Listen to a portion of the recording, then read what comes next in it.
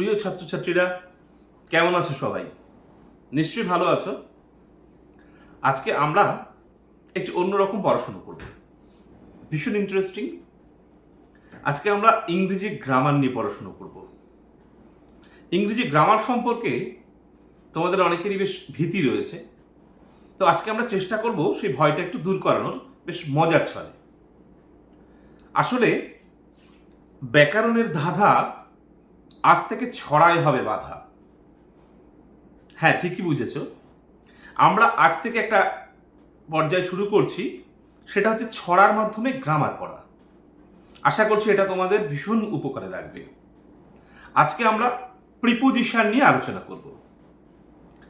এই প্রিপোজিশন হচ্ছে একটা এমন ব্যাপার যেটা, এই বিষয়টা তোমাদের মোটামুটি যতদিন পড়াশুনো করবে ততদিন অবধি প্রিপোজিশন সঙ্গে থাকবে, এবং এর বিস্তৃতি, এর পরিধি এত বিশাল যে এটাকে এত সংক্ষেপে ব্যাখ্যা করা সম্ভব হয় না। ফলে ছাত্রছাত্রীদের মধ্যে প্রায়শই দেখেছি এটা নিয়ে একটা ভীতির সৃষ্টি হয়। তো চেষ্টা করছি খুব সহজে যাতে প্রিপোজিশন তোমরা মনে রাখতে পারো তার একটা চেষ্টা করা। আচ্ছা, প্রথমেই জেনে নিই প্রিপোজিশন কাকে বলে। প্রিপোজিশন, প্রি মানে পূর্ব, আর পজিশন মানে অবস্থান। অর্থাৎ প্রিপোজিশন মানে হলো পূর্ব অবস্থান। তাহলে যে ওয়ার্ড নাউন বা প্রোনাউনের পূর্বে বসে সেই নাউন বা প্রোনাউনের সঙ্গে বাক্যের অন্যান্য ওয়ার্ডের সম্পর্ক স্থাপন করে তাকে প্রিপোজিশন বলে। ধরো একটি বাক্য আমি বলছি, the book is on the table. এই অন শব্দটা, যেটা দ্য টেবল নাউনের আগে বসেছে, এবং এই অন শব্দটি দ্য টেবলের সঙ্গে বাক্যের অন্যান্য শব্দগুলোর সম্পর্ক বজায় রাখছে। যদি আমি এখানে অন না দিতাম তাহলে বাক্যটি দাঁড়াতো the book is the table, অর্থহীন। যদি আমি অন না দিয়ে আন্ডার দিই তাহলে অর্থটা দাঁড়াবে the book is under the table. যদি আমি বিসাইড দিই the book is beside the table, তাহলে অর্থ পাল্টে যাচ্ছে। সুতরাং টেবিলের সঙ্গে এই নাউনটির সঙ্গে বাক্যের অন্যান্য অংশের যে সম্পর্ক রয়েছে, সেই সম্পর্কটাকে স্থাপন করে তাকেই বলে প্রিপোজিশন। এবার এই গঠন ও কার্যকারিতার ভিত্তিতে এই প্রিপোজিশনকে কিন্তু বেশ অনেকগুলো ভাগে ভাগ করা যায়।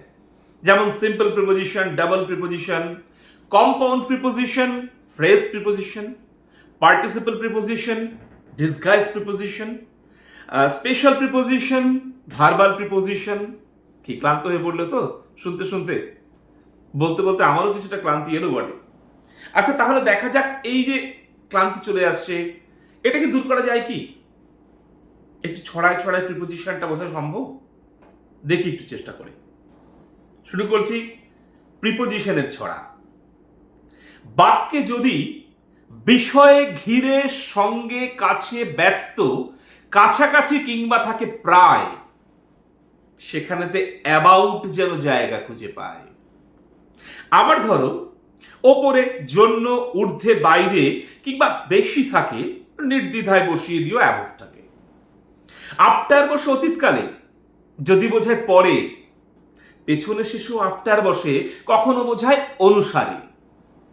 তাক করলে কোনো দিকে বা ছোটা বোঝায় তবে, সেক্ষেত্রে মনে রেখো অ্যাড বসাতে হবে। আরো কিছু সময়, জায়গা, বয়স কিংবা মূল্য, অ্যাটের মতো অন্য কিছু নেই তো আর তুল্য।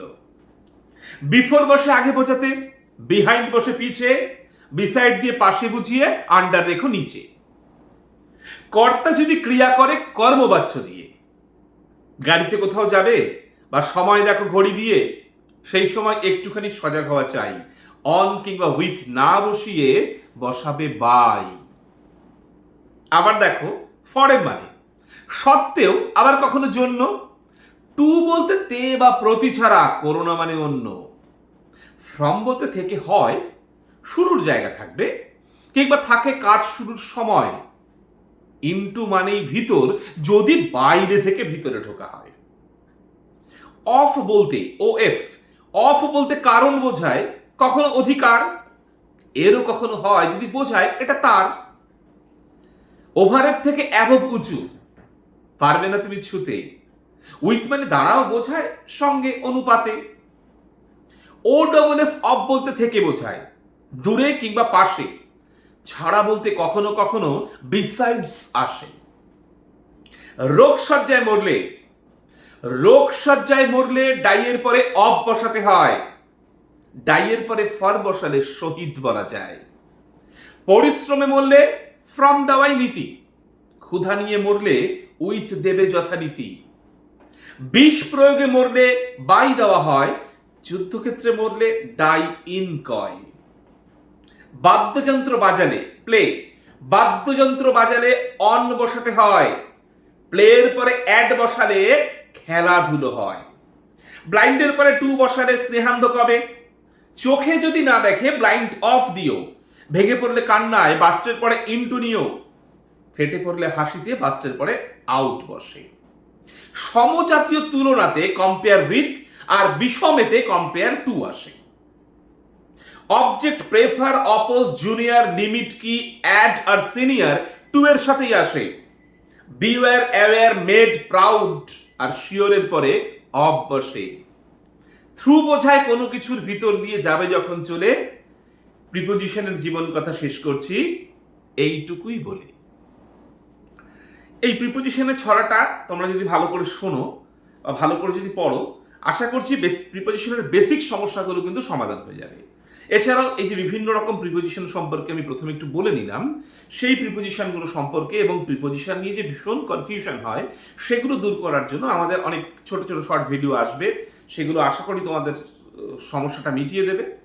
আর এই যে কবিতাটি আমি এইমাত্র পড়লাম, যদি এই কবিতাটি কারো পেতে ইচ্ছে করে, জানতে ইচ্ছে হয়, পড়তে ইচ্ছে করে, তাহলে কিন্তু তোমাদের ক্লাস উইথ কৌশিক বলে ফেসবুকের পেজটার সঙ্গে থাকতেই হবে।